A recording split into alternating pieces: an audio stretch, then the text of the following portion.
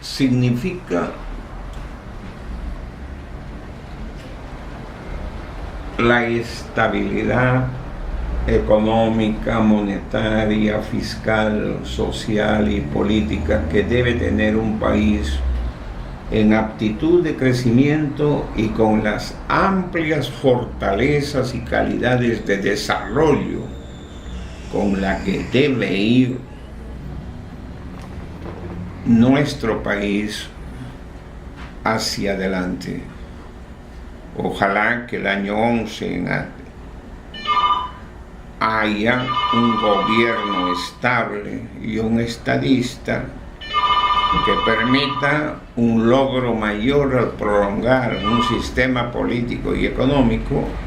que ha generado bienestar y ha generado crecimiento, y que en una etapa de crisis global, de crisis total, permite tener crecimiento económico y permite hacer infraestructura en un país tan ajeno a las grandes construcciones, y hacer construcciones a la vera de los ríos, termoeléctricas, centrales hidroeléctricas, en las grandes latitudes andinas y al borde de los ríos, que son las primeras armas de navegación interna que tiene el Perú, es hacer un desarrollo estable, sustentable y sostenido. Y significa también, a mi punto de vista, y desde mi punto de vista, y es mi opinión, y con mi opinión no ofendo ni temo, que el único político que hay en el Perú se llama el señor presidente constitucional de la República, el doctor Alan García Pérez. Perfectamente. ¿Y qué nos puedes comentar sobre la banca en nuestro país? Hace 40 años, el proceso que se lleva visualmente en Lima y visualmente desde Tacna hasta Tumbes, y visualmente con una política exterior coherente y una política interior latinoamericana y sudamericana de corte concreta y práctica, ajena a toda concepción teórica, a toda concepción idealista, sino guiada por los hechos, nos ha permitido generar un empuje bancario realmente de gran magnitud, con una sola modificación que debe hacerse. Primera, y la señal: los sistemas de control financiero, llámese SBS e Infocor, tienen atenazados al país y atenazados a grandes decenas de miles de personas, porque los bancos y estas centrales de riesgo han exacerbado el control de los reportes de los bancos, que hacen que las deudas aparezcan como pendientes de pago cuando ya prescribieron o ya pasaron más de 5, 10 o 15 años seguidos.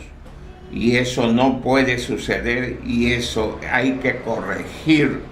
porque de esta manera se amplía el mercado y se amplía el proceso económico financiero que tiene el Perú, y se recupera la calidad tecnológica para habilitar a decenas de miles de pequeños empresarios en las grandes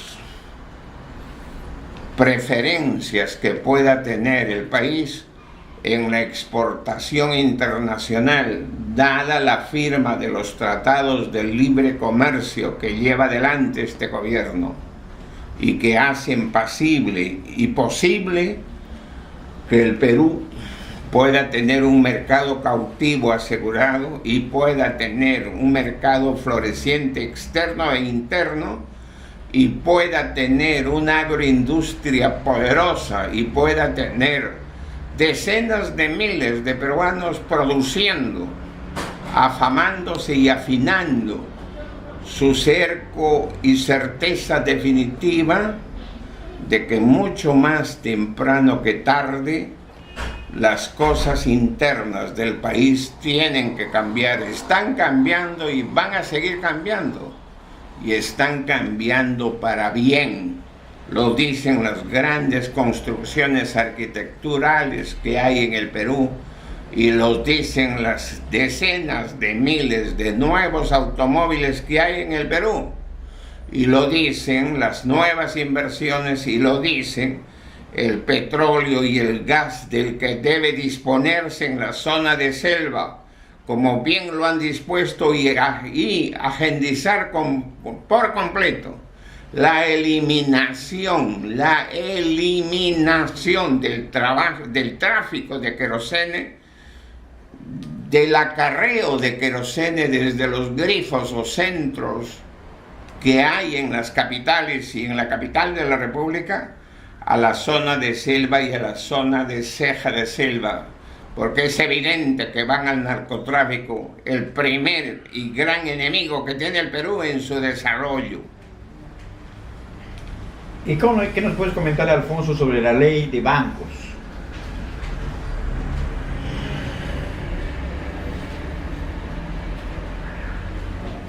En el Perú son 120 representantes los que hay en el Parlamento peruano. En el Perú hay una gerencia central y un gerente general en el Poder Judicial. En el Perú hay una constitución aprobada legislativamente y refundida en referéndum, que es la que actualmente nos rige. Y en el Perú hay en este momento una modificación total de la ley, de las leyes financieras, que deben ser revisadas, pero que no señalan o no tienen como objetivo el examinar el desarrollo posible del Perú hacia otros sistemas. Ejemplo, ¿es justo que el Perú, de 28 millones de habitantes, tenga 120 representantes? ¿Es justo que el Perú, país continental, pueda tener una asamblea legislativa como la tiene Haití, como la tiene El Salvador, como la tiene Nicaragua, como la tiene Costa Rica, como la tiene el Ecuador, siendo un país continental y solo por la elección de 120 personas? ¿Es justo que en el Perú un parlamentario, entre comillas, porque es un asambleísta legalmente hablando, es justo que en el Perú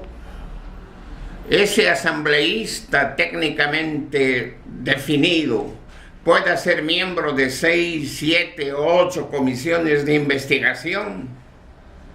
¿Qué garantía tenemos de las comisiones que integra y del trabajo que éste desarrolla? Por lo tanto, se impone mantener la Constitución del 93 con modificaciones sustantivas, no en su aparato económico y financiero, pero sí en su aparato institucional y político, porque 120 parlamentarios no articulan el mensaje del país, no articulan el mensaje del Perú y no articulan las fortalezas que tiene nuestro país. Mañana, pasado, el domingo de Pascua, de Resurrección,